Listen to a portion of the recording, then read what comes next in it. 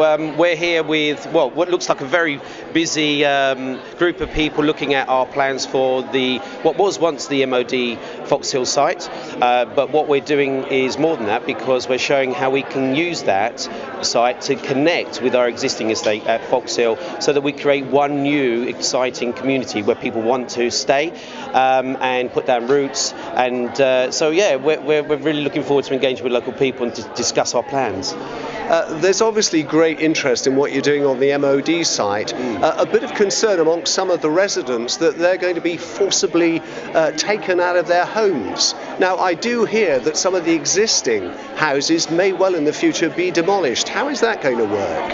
Oh, okay. Well, of course, we're very keen not to alarm people, but what we don't want to do is set our ambitions very low. We want to hopefully use this as an opportunity to raise people's aspirations. So we want to, I guess, set a very high standard for what regeneration can be about. And of course, the first thing this is about is regenerating the place, physically, the place. What we didn't want to do is to ignore this once-in-a-lifetime opportunity, which was to improve the existing homes that are, I guess, well regarded as perhaps not a fine example of architecture. Many people find the place not that attractive. It's got a higher turnover rate than many of our estates, so it has many of the signs of, I guess, being less popular than many places that we are landlords of. So we think it's really important that we take this opportunity to look at what we can do to raise not only the standards of the existing, the new site we've acquired, but our existing estate as well. What that means in practical terms is that we need to look at how we change the physical environment. That may include, in this exhibition we show the possibilities of removing about 500 existing homes that we are the predominant landlord. We own around 3/4 of them already, and then replacing them with really high quality, efficient homes that are much more about this place. It's much more greener environment, much more welcoming environment, and obviously what that means is for people that live here that it can be concerning. People do get worried about potentially losing their homes, but because we are a social landlord and ultimately we're a charity, we aren't doing this for profit. Our motives are not about profit. Our motives are around creating places where people want to live, and so for us it's really important that we have a dialogue with residents to get their views about how we make this vision a reality, and then go about talking about what we can do to alleviate their anxieties when it comes to the possibility of moving from your existing home to a new home. Now, we're also consulting here today about what those options are, what those promises might be, and we're really keen to hear what people have to say. We want to hear what people would like us to give them some more assurances about, in order to make them feel a little bit more, I guess, a bit more reassured that this will be good for them and for their children. Might local residents get first refusal on some of the new housing on the old MOD site? Precisely those sorts of issues, because what we want to do is put together a series of promises that we can make to local people, precisely about things like that. I mean, my guarantee is we will not make someone worse off as a result of this regeneration. If anything, we hope everyone will see a real benefit to the quality of their lives and the lives of their children to come.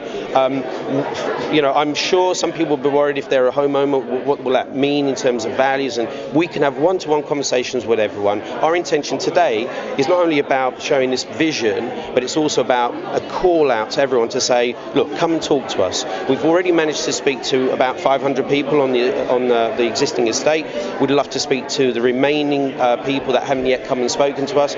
It is a one-to-one conversation. In the end, these big visions come down to one person living in one home with the unique set of circumstances, and we need to try and put together a set of generic proposals, offers to everyone, but ultimately it's through that one-to-one dialogue that we try and reassure.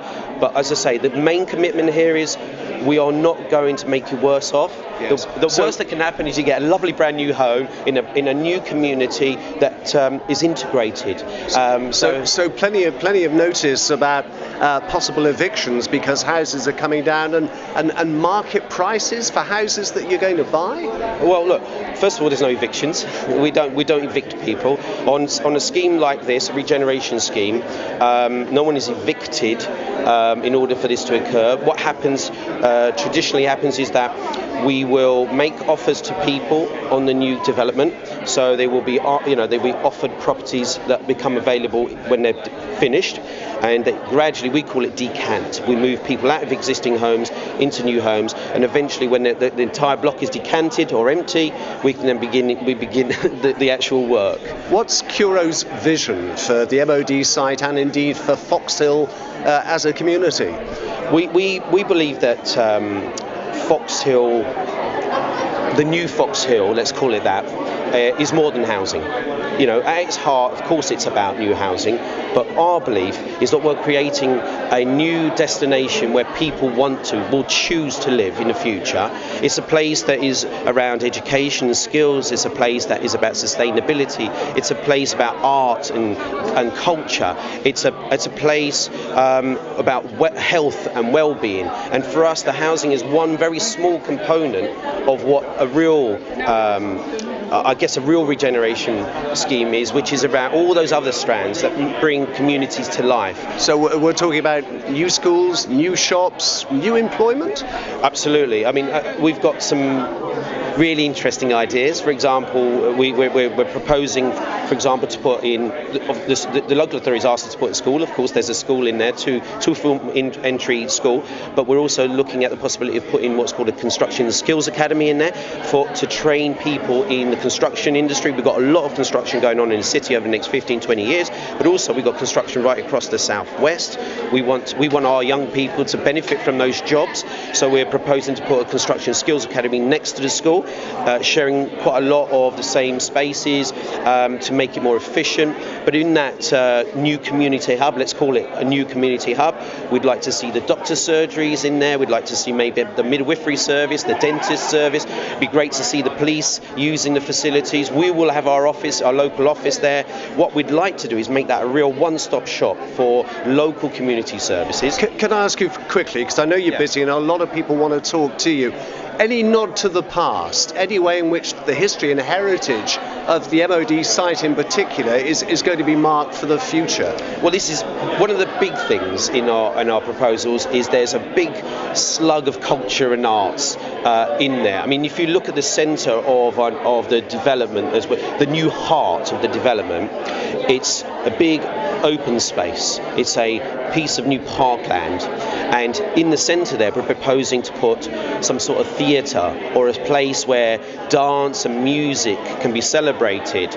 And what we'd like to do is to engage with the local community about what that means, what sort of arts and culture can we put on there. But what about the old use, the MOD? Is that likely to live on in street names or a plaque? Well, this is the reason why I say this, because I think part of this whole piece around arts and culture would have a calling around, so how do we use the past as part of that cultural piece of the future? So what connects the past to the future is the way that people use and celebrate the new place. So I think there'll be a large part of this which will be around how do we encourage or engage a dialogue around how we use the history to form part of its future legacy. And I'm really excited about what local people will have to say about that.